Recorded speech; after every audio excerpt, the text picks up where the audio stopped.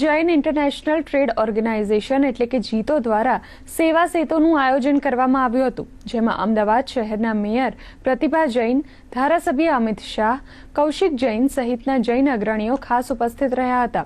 જૈન સમાજમાં શિક્ષણ, આરોગ્ય, ધંધા, રોજગાર અને યુવાનોમાં ઉચ્ચ શિક્ષણનો વ્યાપ વધે તેના પરામર્શના ભાગરૂપે આ સમારોહનું આયોજન કરવામાં આવ્યું હતું. શહેરમાં વસતા જૈન સમાજના ઉદ્યોગકારો, શિક્ષણવિદોએ યુવા પેઢીને વિવિધ ક્ષેત્રમાં આગળ વધવા માટે માર્ગદર્શન આપ્યું હતું.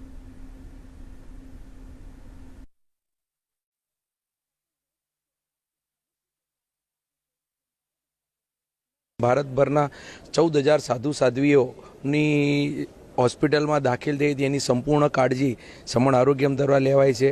જીતો દ્વારા આઈએએસ આઈપીએસ ટ્રેનિંગ સેન્ટર જે ચાલી રહ્યું છે, એમાં હાઈએસ્ટ ને હાઈએસ્ટ કેવી રીતે લોકો અંદર એક્ઝામ્સ આપે અને ભણી શકે એના માટેની, અને એ સિવાયની અનેક બધી પ્રવૃત્તિઓ હતી. જીતો જોબ્સ છે, જીતો મેટ્રિમોનિયલ છે, જીતો CFE છે, જીતો હોસ્ટેલ છે. આવા બધા પ્રસંગો માટે લોકોને જાણકારી મળે અને એ જાણકારીથી વધુ ને વધુ લોકો, અમદાવાદના લોકો આ બધી જ માહિતીઓનો લાભ લઈ શકે એના માટેનું આયોજન કરેલું હતું. એજ્યુકેશન એમ્પાવરમેન્ટ અને નોલેજ એમ્પાવરમેન્ટ આ ત્રણેયનો ત્રિવેણી સંગમ છે.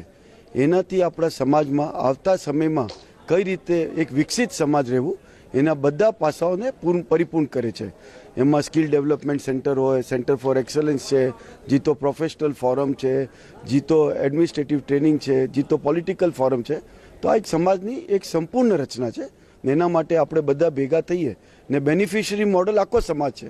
સો ઇટ્સ બધા, ને આપણે ત્યાં અહીંયા કોઈ સંઘવાદ નથી કે સંપ્રદાયવાદ નથી. એ એની સૌથી વધારે બ્યુટી છે.